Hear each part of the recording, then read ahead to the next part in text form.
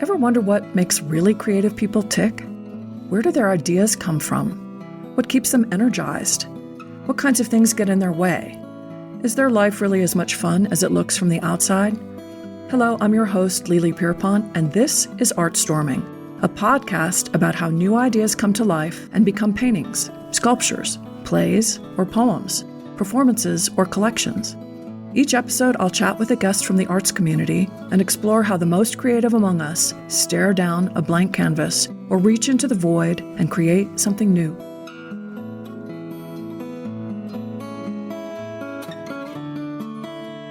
So today I'll be doing something a little different. Not only have I decided to extend season 1, but I've decided to include some creative couples instead of just creative individuals. Santa Fe is so full of creatives that the decision to do this is twofold. One is simply to have a chance to highlight more of what the City Different has to offer, but also to take a peek into the intimate world of creatives who share their lives together. My next guests, Alexandra Eldridge and Rick Stevens, both happen to be painters. They are each accomplished and established artists in their own rights. So what's it like to share your life with someone who is committed to being a channel for something greater than themselves, or even greater than their partnership? And what does that look like day to day? Let's find out. I'm with Alexandra Eldridge and Rick Stevens in their Tasuki Wonderland, I'm going to call it. It's absolutely, with the writing around the wall, the perimeter of the ceiling, tell me something astonishing. That's a great thing. So that's what we're going to discuss today. We're going to discuss astonishing things. And this way I've decided to start our conversation is that Alexandra has created a tarot deck called the Radiant Tarot. I thought what would be fun to do is just pick a card and let that card sort of direct the very first part of this conversation. Okay, how about if Rick and I both shuffle, and then we hand it to you and you pick a card. Perfect. Okay? Perfect. I did my shuffling. Right. So that we all have our hands on it, okay? Yeah, that's great. Yeah. Okay, so I've touched it, you've touched it. So and now you choose the card. Okay, so I'm going to choose this card. And we got the sun. Oh my goodness, how could we get anything better? Wow. Okay, would you like to hear a little of something, what Tony has written about this? And I mean, take a look at the weather today. We are in the brilliant sun.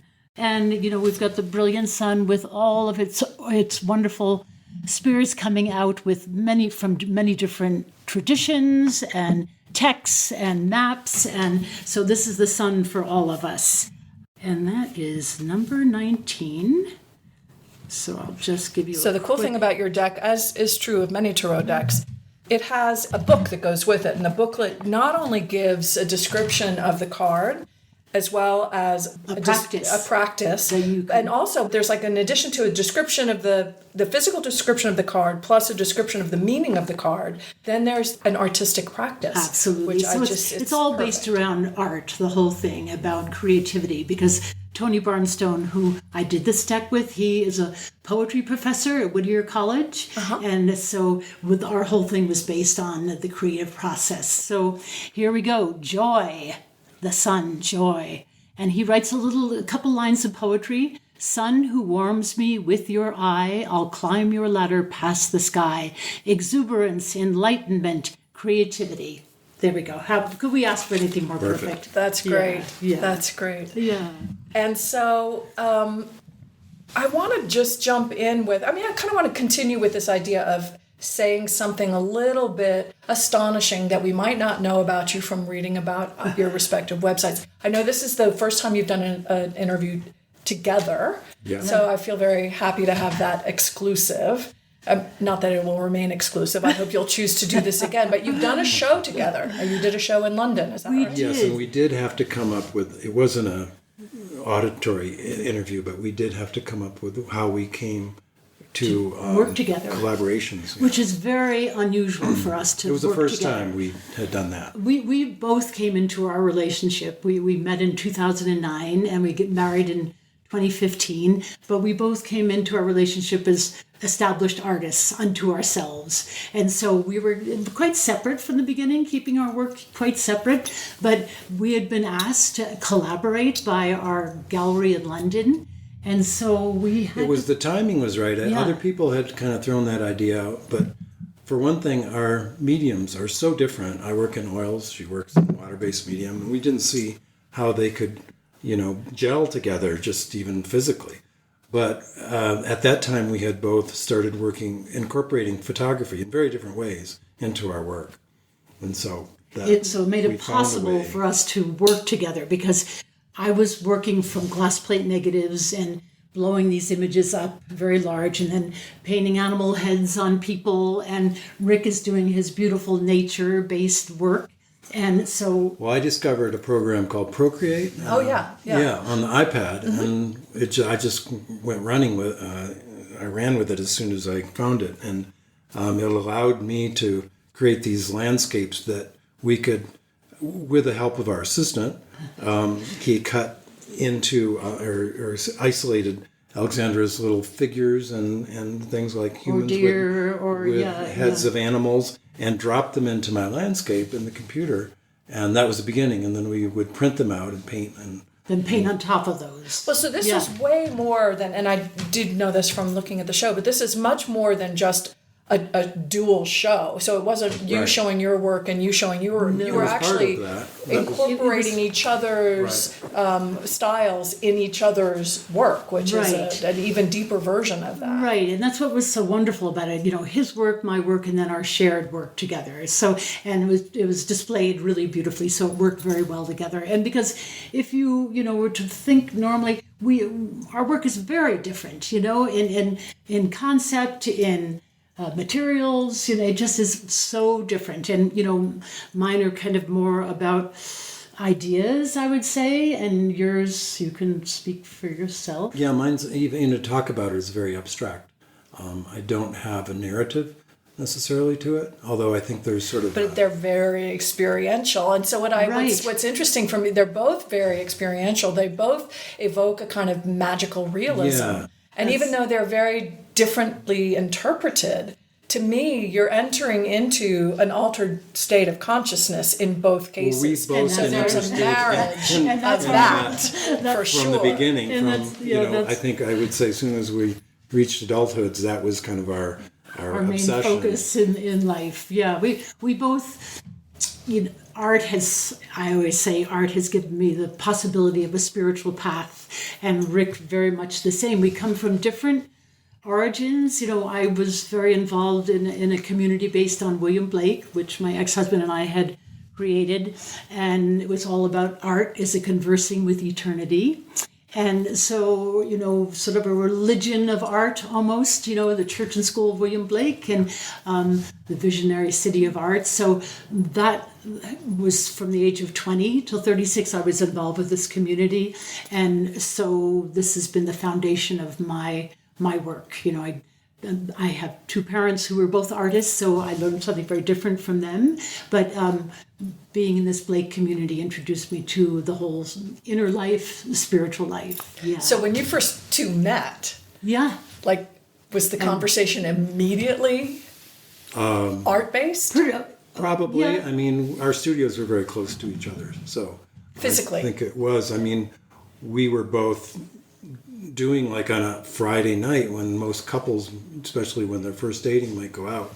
We just I want to work a little later. Yeah, that's perfect. I want to. So, I might grab a takeout and just go to her studio and we'd hang out. And Rick has a really interesting spiritual path as well. Well, I had sort of a religious fervor in art in myself too. Just it was my path, just being in nature. And when I was in my early 20s, a seminal time for me was when I discovered there was a spiritual teacher from India nearby. So I started going to the ashram and got pretty involved. And it led me to take some time as sort of a monk period where I dropped out. It ended up being a year in the woods, and all I did was meditate and do my art and do yoga. And a typical kind of evening entertainment for me was to go out into the woods and we had hermit thrushes all over, and they were just the most beautiful bird calls. And I'd just sit there and take in one of my favorite words is a Japanese word called komorebi, and that's the light filtering through the leaves, and it's usually associated with that's pretty much everything I've ever seen in your artwork. Yeah, exactly. No, that's become kind of a catch, it's kind of like a signature, is that backlit into the leaves, whether it's abstracted or very literal. And what part of your life was this, and what region of the country was this? In Michigan, where I grew up. Which is very lush, a lot of trees, water. But also, it's not exactly a 365 day of the year climate. So you were there for a full year in the winter as well. Pretty long and harsh, yeah. But it was beautiful too. And a different way that the light comes through the trees, for sure, in the winter when all the deciduous trees have lost. Yeah. Was it more evergreen or deciduous kind of landscape? It was a mix. Yeah. But now when I come to the Southwest, when most landscape artists go out and paint the iconic Southwest scenery, I'm going up into the mountains, into the woods. And that's been... And you get those beautiful aspens that you just... Yeah, that's been a fave. Yeah. You do. And so when you two first met, there was a familial collaboration that started to happen, and you have an existing family, and I don't know if you do or not. I have a stepson back in Michigan. Okay. Yeah, he's not a biological son, but no. But we've become a big family all together, which has been so wonderful. Yeah. And I'm just definitely grandpa to the 4 granddaughters. So that's been fun. Yeah. And are you two the only artists in your families, or are you the outliers? Or, well, obviously your parents were both artists. Yeah, there are a bunch of artists. And I think 2, I'm one of 7 children, and 2 of them have kind of, they've had art in their life. They sometimes made livings by it, sometimes, were in advertising, or everyone, I think, got a little bit smart and decided to make money with art instead of doing what I've done, which is, they've done more commercial aspects of art, because both my parents, they did children's books. My mother wrote them, my father illustrated them, and they had a nationally syndicated comic strip that was based on our family.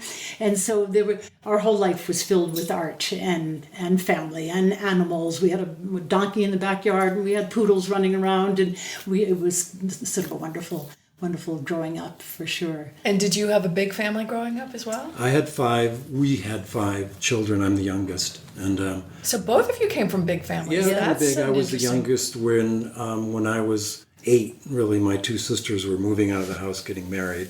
So there was a big gap between ages. And my father was a painter too, not making a living, but that's one of his. Ooh. And as a small child, I used to sit behind him for hours. I was content to watch him paint these landscapes, which usually included a deer and a stream in the forest. And as a family, we because of my dad, we would go out camping and canoeing often. That was our main activity.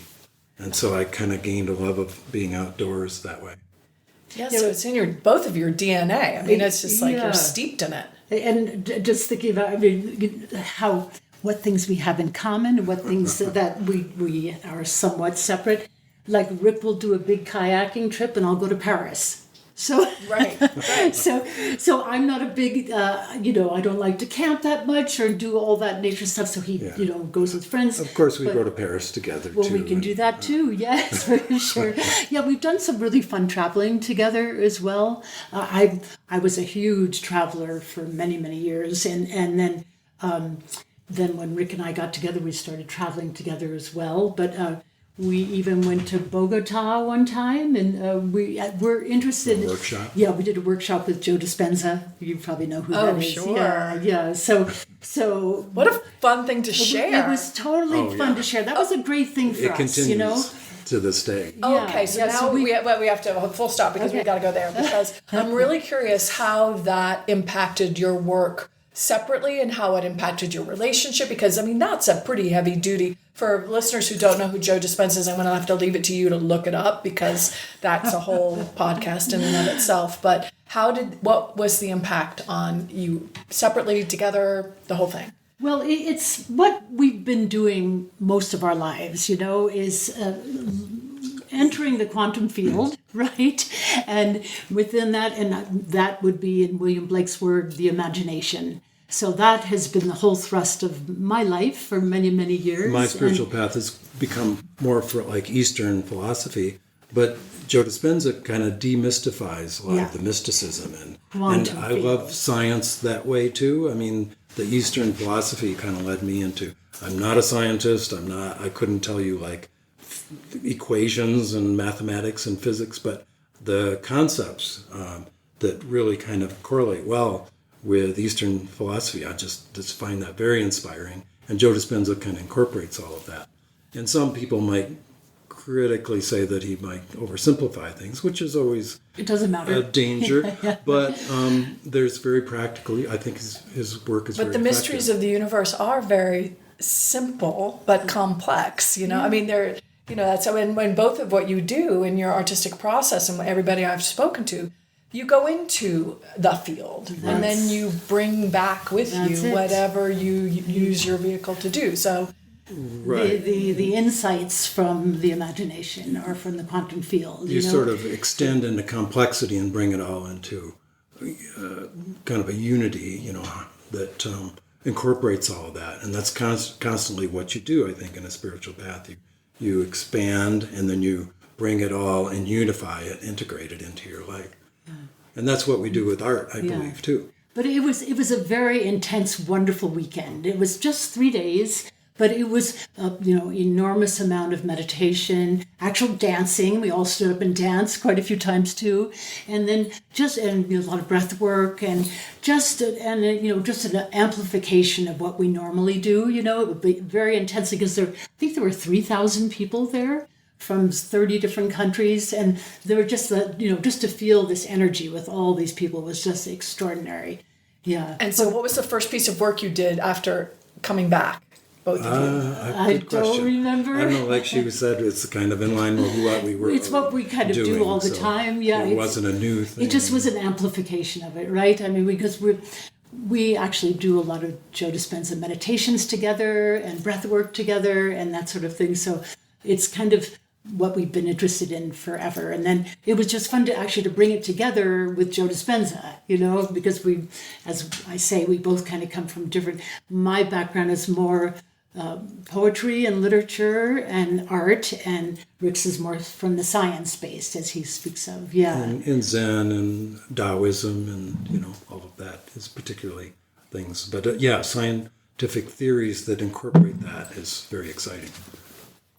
That's just so cool. And I think it's so lovely. I mean, for people who are curious about what it's like for two creatives. So, I mean, you could see that as being kind of like a polar energy where, or resistant, like two magnets resisting each other, or, something that really draws you together. And it sounds to me like you have the advantage of it really connecting I think the spiritual aspect really is very important for both of us. I mean, just...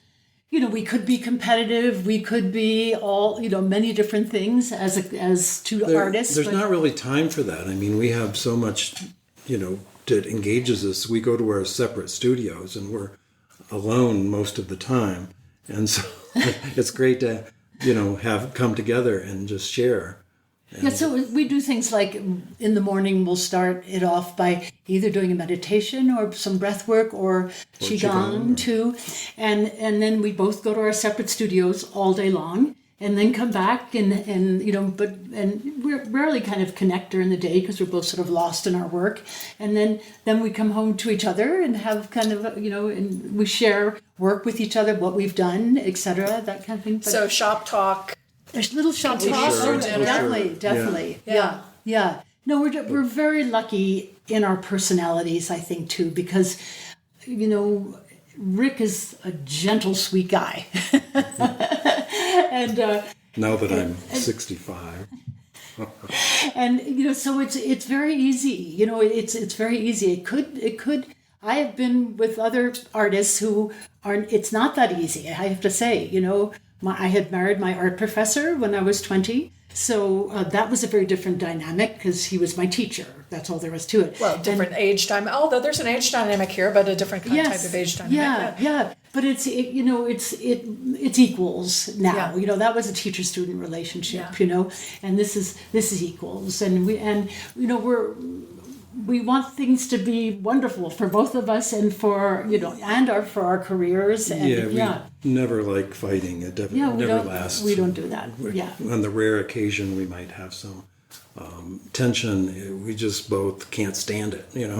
So we give in really quickly. Yeah, we give in. Well, what's so lovely is that I sort of tend to think of the creative process as being this wonderful sort of cleansing opportunity. So if you're in your flow, you would imagine there's not a whole lot of static that gets brought home. That's a beautiful way of saying it. That's and really beautiful. So then there's that cross pollination, and then you guys go back in, and I mean, it just seems like this beautiful Taurian, sort of cycle. Yeah. The lemniscent. I love that. Yeah, the infinity on its side. Yeah. So what happens when you guys reach a point where, do you ever get to, I mean, it seems like both of you just have the faucet's always on, but what happens if one of you is sort of having a slump? How do you support each other? Do you even discuss that? How do you support each other? We do. I think I kind of see it as part of a practice. We both have it as a spiritual practice. But for me, it's kind of like I used to do yoga, now I do Tai Chi. And it's kind of like a discipline that I integrate in the same way. With art. Art, of course, you have the business aspect and all that, which unfortunately sometimes can put a crimp on your creativity, but it's a necessary thing. And sometimes it's very rewarding too. But I just think, like Woody Allen said, 80% of life is showing up. Yeah. So you get yourself in a certain state of mind and you're there and you respond to what is needed. It feels like you're constantly just kind of solving problems like children. You have to tend to them, and they have so their you relate to your problems canvases as sort of children or little beings in becoming. Mm-hmm. And the thing I've been seeing lately is, because my work has gotten more abstract recently, is when I go to the canvas, all I have to do is listen. Interesting. Just listen, and it just takes on a life of its own, and it's just such a, and we both, it isn't even a matter of discipline. We both just have worked. That's all we do, kind of. And I call it default mode. And our car just kind of goes to the studio. Yeah. So it's never like we never dry up or anything. We're always. And you're on the same progresses, like you're both circadian rhythms. Yeah. So you're both kind of morning or day people, and I mean, it would be different if one of you was a night owl and one of you was a morning person. We go to bed pretty early. Get up early. He's taught me because I used to be a city girl more, and before I was here, I was living in New York and things like that, and when you live in New York, you don't go to bed till midnight, right? Because there is no night and day. It's like all illuminated all the time. Yeah. But I've learned a lot from Rick, and now we go to bed, we get into bed, and we have our books or listen to our podcasts, and it's kind of a wonderful new way of being. Yeah.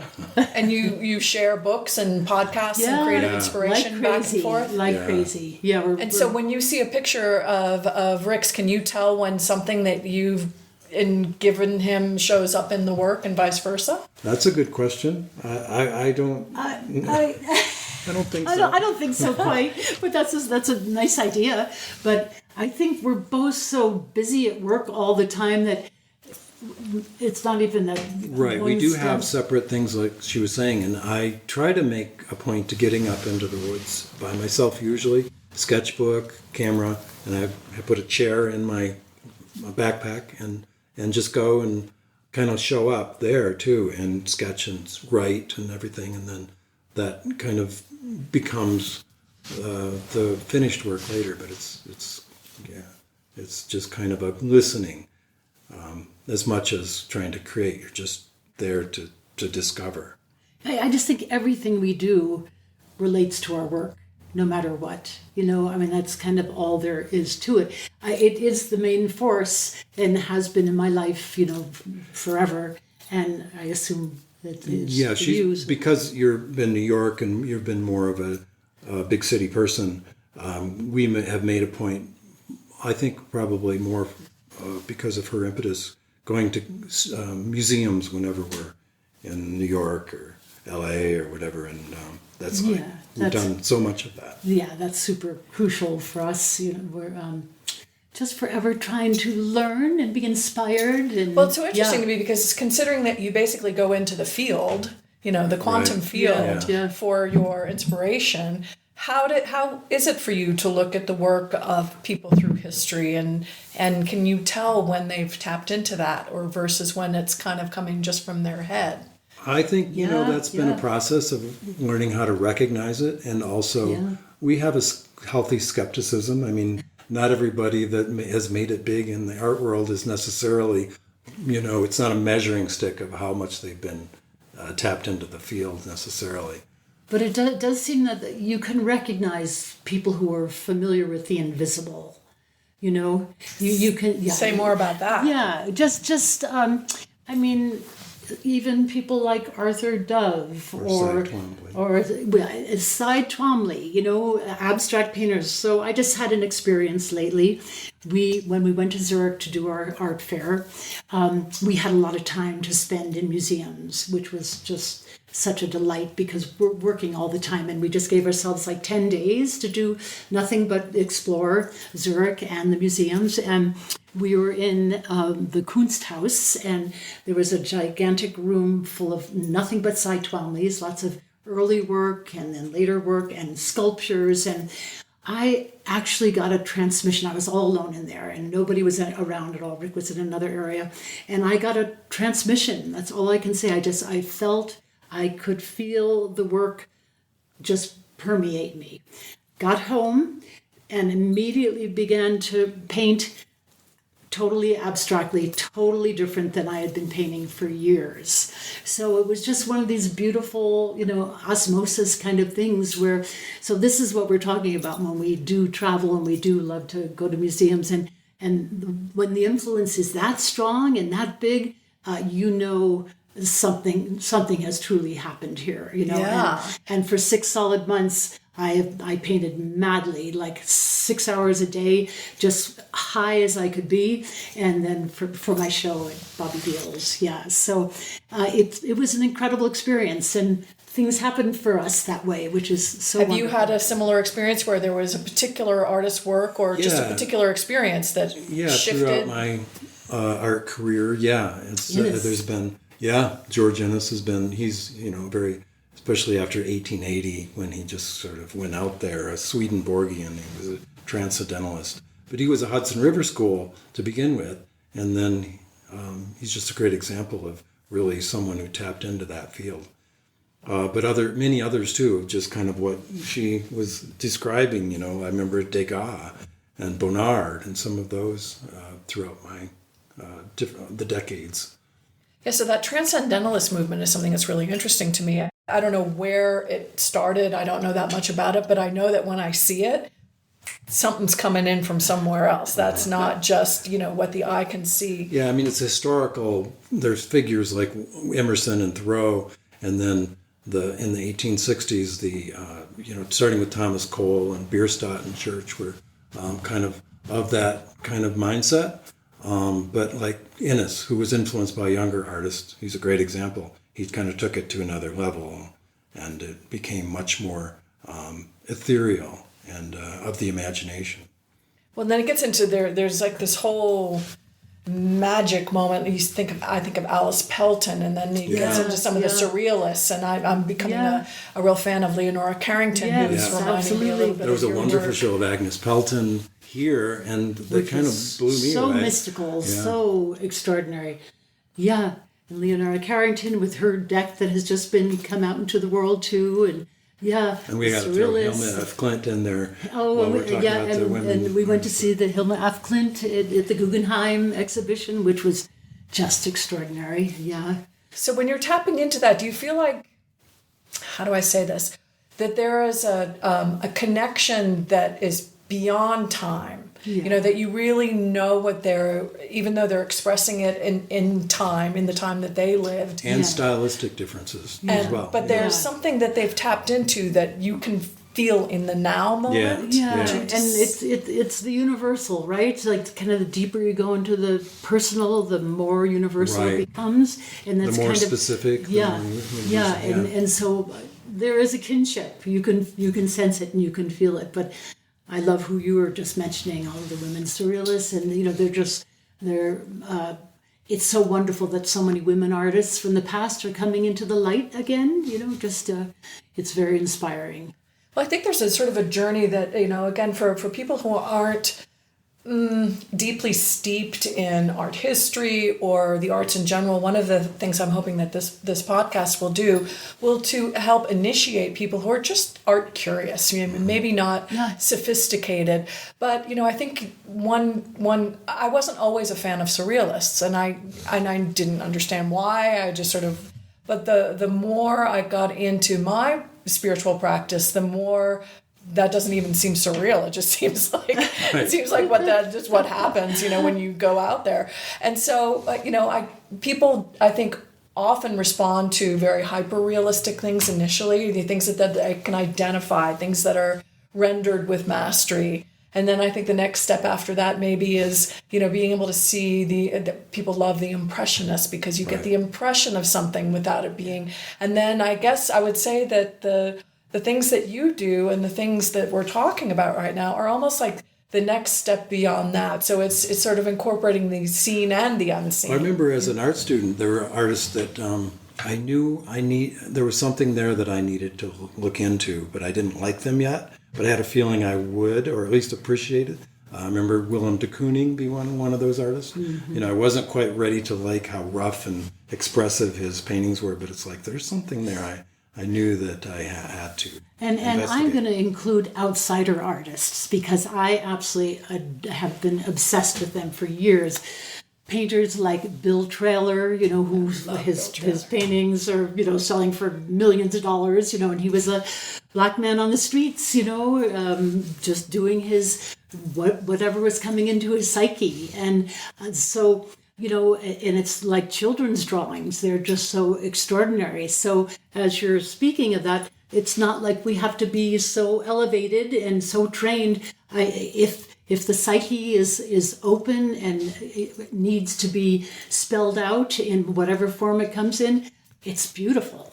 Yeah, she's helped me kind of become more appreciative of certain things, and that innocence, that sort of freshness there, that some of her work has that has really kind of inspired me to just kind of let it happen in whatever way it will, and it doesn't have to show your skill, know? Yeah. In fact, there's a different level of skill. It's a directness that's unencumbered by the need to be skillful, I guess. Well, in the Eastern tradition, it would be beginner's mind, right? I mean, it's kind of like having that direct experience and then conveying that direct experience instead of going through the mental process of it first. Having said that, I want to be a good painter. I want to have the skills and everything, but I want it to express something beyond just being skilled and be doing a landscape that's has bravura brushstrokes that kind of showing off. After a while, it feels that way. It's kind of like it's showing off. So you embrace the innocence, the things that are a little awkward, but they somehow work. Just referring back to the new work that I'm doing. Before that, I was doing this very meticulous, very realistic work, putting animal heads on people, painting on photographs, so you had to be extremely careful. There was no playing with paint, it was just making things look exactly as they should and creating a whole atmosphere around that. So this liberation of playing with paint like a child, it really has felt more like childlike than I've ever done, and just letting it be led by the paint, and what a shift from one to the other. But it's been, just so freeing in so many ways. And who knows where I'll go next? I might combine the two, but whatever moment is calling, then you just go there utterly. Yeah. So since you both have had the experience of expressing your art form through a certain level of mastery and a certain level of skill and craft, how do you think that plays with, a lot of artists seem to think that, having the skill set is necessary, or a good foundation for leaping off into the kind of more, I don't know, that other realm. How do you play with that? I've always had a parallel path of representational work and abstract work, and they always intertwine, it always comes together, and sometimes it's more diverse, but I've always been working on both kind of styles, and they inform each other. When I have sort of a landscape painter's eye when I'm doing abstraction, so I love to play with illusions and maybe suggest symbols, things effects that I might find in nature. And then when I'm painting landscape, I have an abstract painter's eye, so I can really look for the composition, the things that are whether it's decorative or just, I still like to be playful with the spatial relationships. And so there's sort of a giving you something and taking it away at the same time, which is very contemporary. So I love a surface that's very rough and flat, but when you get back, it kind of falls together into a scene. So I like to play those both aspects. Right. So just in terms of asking about, because I grew up with two parents who were extremely skilled, and my father was an illustrator for big time magazines and all sorts of things, and they were both extraordinary portrait painters, and so I grew up in a family where you had to learn to, if you were going to do art, you had to learn to draw and paint. So, but I really resist that a lot too, which I love, and I do that by playing with lots of strange materials. Like I will sometimes paint on old Chinese scrolls, just anything that is not traditional. And using ephemera that I collect all over the world, to just cover the surfaces with, and then throwing paint on top. So I've rejected that a bit because I don't want to do exactly what they were doing, and I want to go into what the world that I've come here to do. But I love how you integrate like the latest work where you're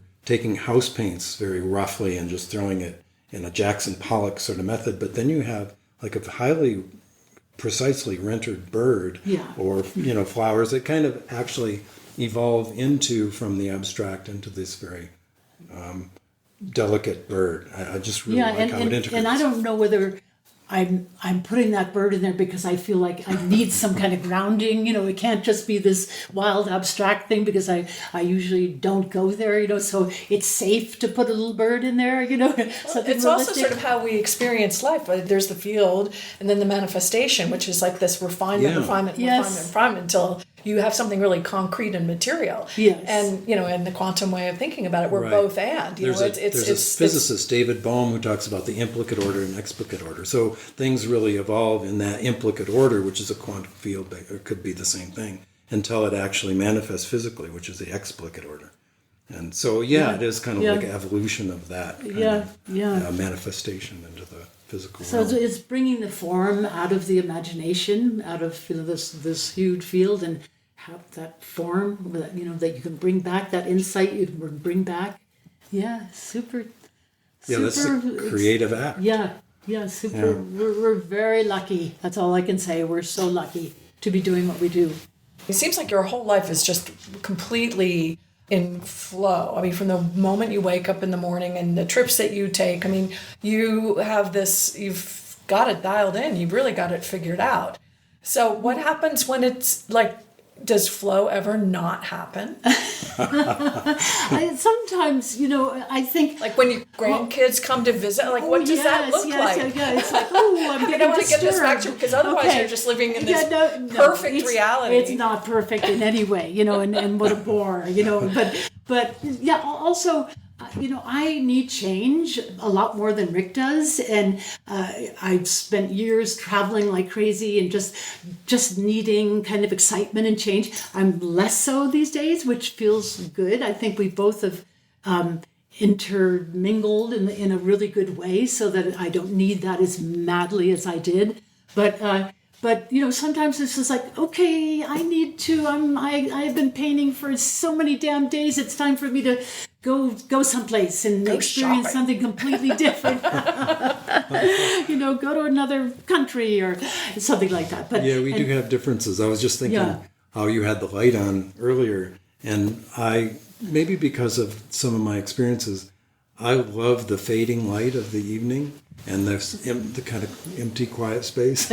Sometimes she comes home, it's so dark in here. I need to see things, yeah. It's very calming to me. We're not, nothing's perfect here at all. Well, I mean, that's sort of wabi-sabi. That's a kind of, why not? Yeah. Wabi-sabi is the best. It's the integration of differences. To my mind, I feel very fortunate, that and full of gratitude that we've met and that we can share this experience together of being artists. And I mean, even if I resist, I always appreciate just what she brings and kind of the inertia that I might have, even though I curate my days and I really like that pattern, but I need to be pulled out of it too. Because so what does inertia look like and feel like for you when you're in that space? I'm in the studio too much, and I think I know I need to get out. And is that when you schedule a hike? Or that's one of the ways. I do get fed that way, but I need to see people more than I make initiative to do that too. And because of her, I get more of people time. More social. Yes. And so what social look like for you? Is it dinner parties or is it just with your families? No, it's, let's see, what have we done? Well, we meet people for dinner. People come over, get invited over. It's just that kind of, but we're like, we have a good friend who lives in Italy now, in Apulia, and he has invited us to come visit him there, and nice. I've spent like months at a time with him, either in London, we've collaborated a lot, either in London, or they recently had a place in France, and now they've just moved and redone it, a whole palazzo. So they've invited us to come and spend a week with them. So that's going to be in September. So we're super excited about that. Yeah. And our openings get us into other cities too. And we're about to. Rick has an tomorrow opening. We're going up to Colorado for an opening. Yeah. We went to Atlanta, a show of yours. Yes. Right. In Colorado. And Great. that gets us out. Yeah. Gets us out. It's just good. And when we were talking about doing this together, we were talking about things like how we're both very tolerant of each other with our openings, because just like who's the center of attention tonight, who's the support, we've gotten really good at supporting each other during these kind of events. So how did the London show go? When you were both the stars? It was fun. It was a little, people were overstimulated at a fair because they were seeing so many things. So we were kind of, I think, doing our best to kind of explain what our separate work plus combined work was about. Yeah. But we have this catalog, which you brought with you, that was very helpful too. Yeah. And we didn't have to be there the whole time. Our dealers were there and taking care of it, so we were exploring as well. But did you have collectors that know both of your works separately who were there to witness the collaboration? Well, this was Zurich. It was outside of our, where our collectors, except there may be a few people that came. And it is interesting because we do not have the same collectors at all. Right. Like really. Anyone who's collected my work doesn't collect his. Anyone's collected his doesn't collect mine. So it's always sort of interesting that way, right? Yeah. Right? I mean, there may be some exceptions. I'd have to think. I don't think so. That was the first time we are in a gallery together in London. Yeah. This is all new. We've kind of kept it a little bit separate, right? For not years. always intentionally. No, just because we've had our careers separately for so many years. And our work is very different. So it's going to go find its different niches. Right. Well, it's interesting because this is the first time I've done a 2-for-1, let's call it. And it's curious because I think people are in general curious how to maintain a sense of autonomy and agency in relationship regardless. And when you add the creative component to that, maintaining that authenticity and the integrity of your individual work, especially given that in any partnership there's this tendency to kind of cross-pollinate and become, at worst codependent, at best, interdependent, and how to maintain those boundaries. Right, we call ourselves codependent, but I would say interdependent is more descriptive. Yeah, that's better. But I do know artist couples that paint so much alike that it's hard to kind of tell which is which. Yeah, and I think it's a saving grace that we paint so differently because it keeps it separate, and so there's not like competition, like who's it just works well that way. But no, we're through the years we've been together for quite a while now, and through the years we've our life is extremely entwined. Let's just say that, and we're together pretty much all the time. We have had time periods where, like, I've gone to Whittier College and worked with Tony on the Tarot deck for an entire month. In the beginning, that was once a year for a few years. A couple of times, yeah. So we've done that sort of thing before, but we don't do that as much as we used to. I just went off a couple of weekends ago with a bunch of women to Montana, and Rick goes off and goes camping with friends, and so those things are important. Yeah, really important. But do you miss each other? Sure. Yeah, absolutely. Yeah. We're very entwined. Yeah. Well, I know I had the privilege of bumping into you guys at the grocery store the other day, and so I know you even grocery shop together. Oh, so. ridiculous! We do everything together. We really do. Lovely. But it's sweet. It's we're happy to do that. And are a lot of in your social milieu? You have artist friends, you have non-artist friends, and well, it's Santa Fe, so a lot of artists are bound to have artist friends because there's so many, and collector friends. Really sure. wonderful collector friends. Yeah. Yes. So it is in the art world almost always. Yeah.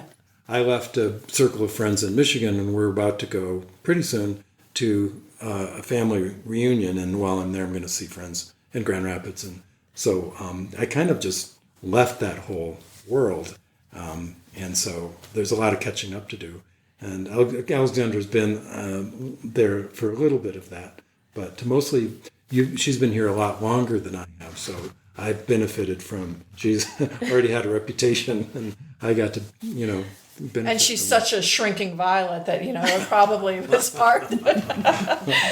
But that must have been something to kind of enter into the world of Alexandra Eldridge. What was that like? Yes, it was very interesting at first. I didn't know what to make of it, but I realized, like, when people would say, "Oh, Alexandra Eldridge, she's my favorite person in Santa Fe," so I had an instant in. And about 75,000 people said that, so you're all very kind here. Yeah. Well, it's true. But it's true. I have been around for quite a while, and it was fun to introduce Rick to so many people, and I have a lot of friends like in Europe and places like that, and to introduce him to those friends. So it's been a great. Would you qualify yourself as an introvert or an extrovert? Oh, I'm an introvert for sure. Yeah. Yeah, and sometimes extreme introvert, but that's not good. So I have a tendency. Well, again, you have a partner who draws you out a little bit. Yeah, and she might say that I've made her more of an introvert. You have, but that's good. But I am an introvert. As probably you are as well, right? Because I can be in the studio for 6 hours a day, but I've trained myself to be an extrovert because I've had to kind of make it in this world on my own. I would qualify you as an ambivert. Ambivert, that would be. Yeah. That's a new word that I learned. Yeah, there's a switch, because the way I think of an introvert is somebody who really gets their energy from being alone with their thoughts, and I can see that applying to you in the woods. So you certainly, but you just light up around people. Absolutely. Not that you don't, but it's like it's true. It feeds you. It feeds you. So it's nice to see the combination. Well, and I need it desperately after being alone for so long. Just like, please, someone come, let's interact, because I do enjoy people enormously. Yeah. When you came to visit, it was just such a treat. Thank you. You're extraordinary. Well, thank you.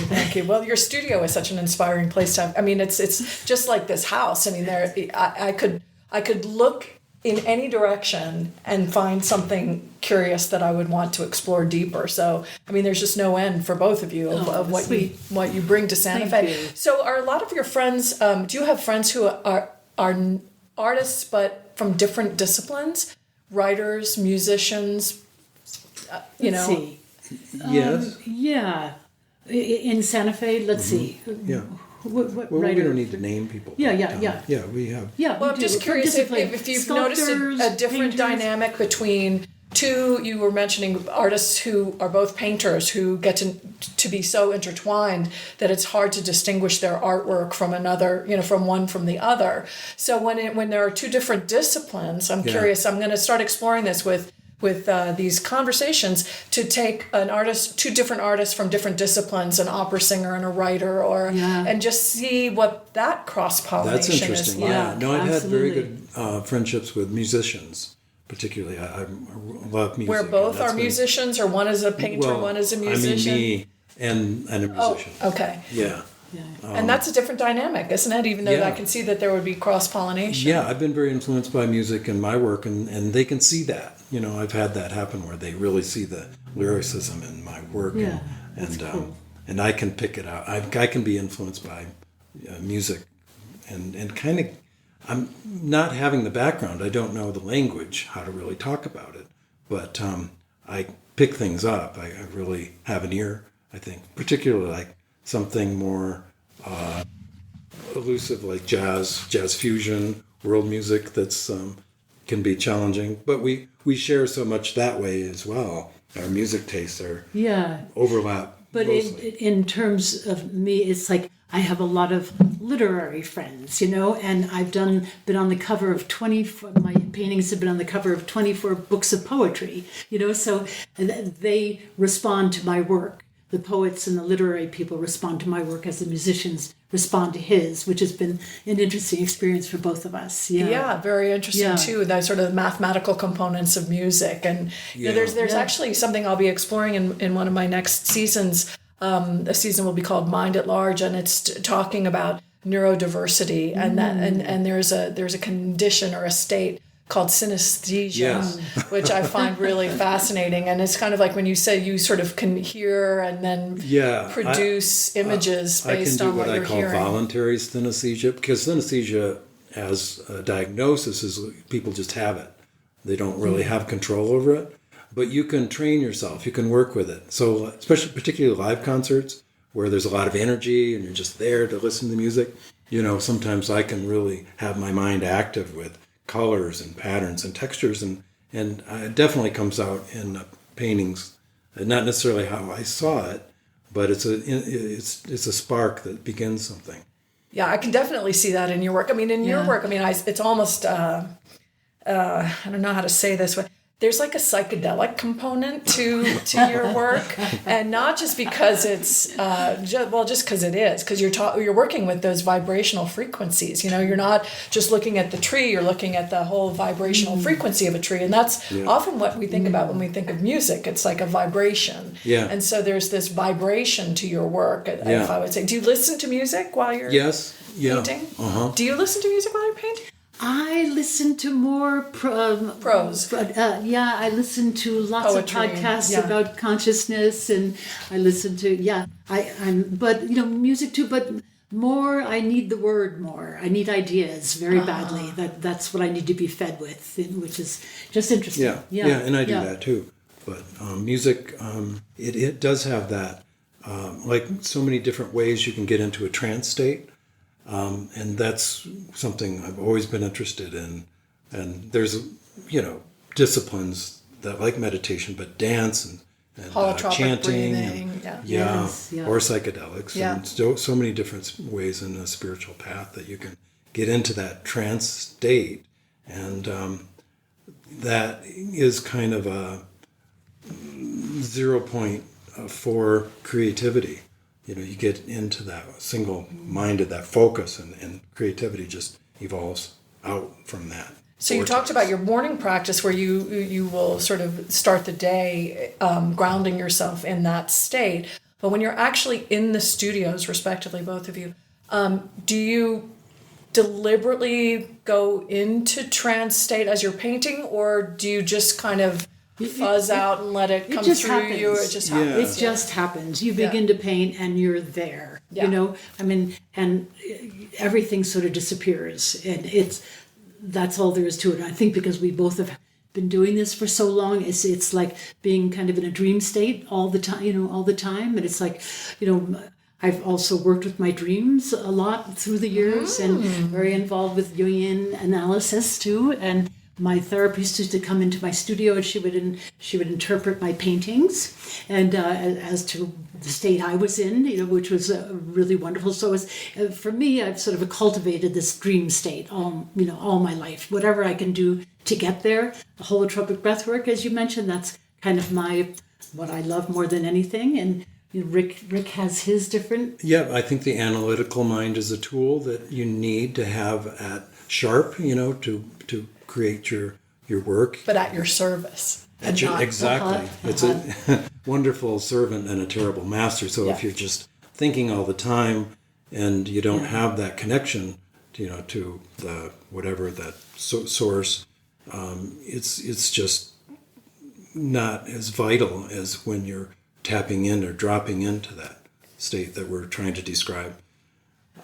But you have to also have that sharpened analytical mind. So you're using, left and right hemispheres. Those things are happening at the same time. Right. Yeah.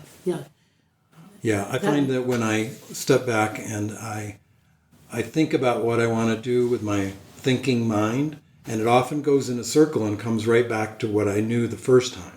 So I try to drop that unnecessary point of having to think it through, and you just see, and then you kind of get into that point where you don't have to go in that circle of, do I want to do this? Do I want to do that? And you kind of have the logical reasoning, which you can, use, but you don't want it to be, you don't want to rely on that. Yeah, I think at our best, you feel like you're being led. There's something way beyond you. And how do you know when something's done?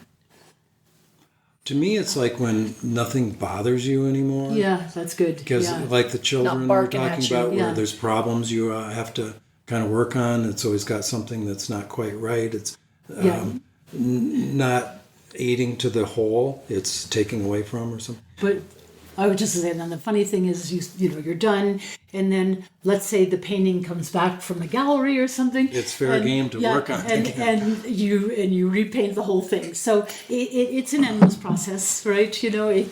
Maybe it's never done. Well, that's what's fascinating to me, is because when you're in this sort of space of timelessness, and you walk into your studio one day and it's done and you're of one mind, and then tomorrow you're a completely different person, different mindset, That's different right. influences.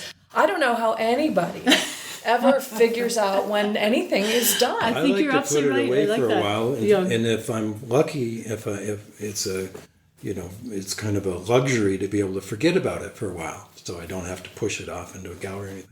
Yeah, and then I bring it out and I see it freshly. So I always have a lot going. He always has a lot, and I have to do one at a time. Oh, interesting. I So think that's a very different I know, approach. absolutely. Yeah, and I think it's a difference. I've got Virgo rising, so it's like I have got to complete this, and Well, I work in oils, so putting them aside to dry That's is right. You part have of that it. reason. But that's not the main reason. I think a lot of it is just I see it better. He does a lot at one when time. I put it away for a while and then I bring it out. I can't even imagine doing a lot at one time. I think because mine is such a narrative with no beginning and no end, that I have to be in this one world for that length of time with the painting. And you have this kind of whole, I love the way that and then they just come to fore, It's very organic, that's the way things are. You just, like you say, it's never finished really. Yeah. Well, it's kind of like what your work reminds me of is like going for a hike, and I can do the same hike every single day, 'Cause it's and different it's a every time. completely different Yeah, experience that's every a good way of single putting day. it. And as Yeah. I experience your work, Yeah. it's like it's that different awareness that one has on any given day, different light, different time of day. I know with paintings I'll solve some problems, and later I'll find that there's other things I could really make it more keyed in. It's like pattern recognition. You can see something that makes sense in one way, but then you can shift what you're looking for. Your brain will look for something else, and then you can solve a problem in another way. And if you can overlap those kind of problems being solved, then it really clicks in several different aspects or dimensions. Yeah, it's just interesting listening to him talk because we really think so differently. It's just like, I don't think at all the way he thinks, which I love. It makes it interesting to hear him talk, because it's a perfect description of how you work. It was kind of like when you were doing more abstract work, you were saying, yeah, I kind of really understand your work better. Yeah. Since I've been doing this, it's like I can understand his work, much better. Yeah. Because mine has been very focused on the ideas, basically, Right. and it's like I am kind of a storyteller, and I have to get that across, and now I don't know what the story is, which is kind of fun, it's just like... Because you've let go of you had the Tarot project, which obviously had that very really, specific parameters, and then you went to had the Cy Twombly experience and went into this abstract realm. You incorporate both sides. You said the sort of more abstract and the more... Yeah, well, there's... you've got sometimes very I'm working without any plan. It's all kind of, you could say, improvised. So every time I step back, it's a new painting, that kind of idea. But things just start showing up, vertical line. Yeah. It's hard not to see tree when that's what you've been looking at in painting. So it becomes subjective, or at least semi-subjective. So it, alludes to things, it suggests things. And so the abstraction actually becomes kind of a landscape, but it's more of a imagined, mystical. So we picked the sun. Say a little bit, just like for sort of closing it up, say a little bit how the sun, you talked about your favorite Japanese word that sort of makes me think of the sun. Yeah. And so just both of you say just a little something about the sun and how it plays into your work. Well, I'll just say... Since it's your card and your artwork, artwork, my card. And there is a circle, a magic circle of stones there, and there's a ladder that's ascending, so into higher states of consciousness. And I think the sun is this great illumination that we're all looking for, that I'm looking for in my work. I want to go beyond the small self and into the great big self, and let it be glorious and full of joy, like that. Excellent. And I think I've always been painting light. And I think of Bonnard, who was frustrated when something was more physical. He would try, and it was still a physical object in his painting. He wanted to be light. And light is, when you go down to the essence of things, that is what makes up the whole world, is light. What can I say? I should stop right there. Light and absence of life. All right. Yeah. Well, that was a full hour. Can you believe it? Whoa, that is amazing. So that was fantastic. And I couldn't have scripted any of that. Well, thanks for joining us today. Please like and follow us on artstorming.org, where you'll find a list of our shows, a transcript of this episode with links to the guest page, as well as our other projects. ArtStorming is brought to you and supported by ArtBridge and listeners like you. Look for us on your favorite podcast platforms.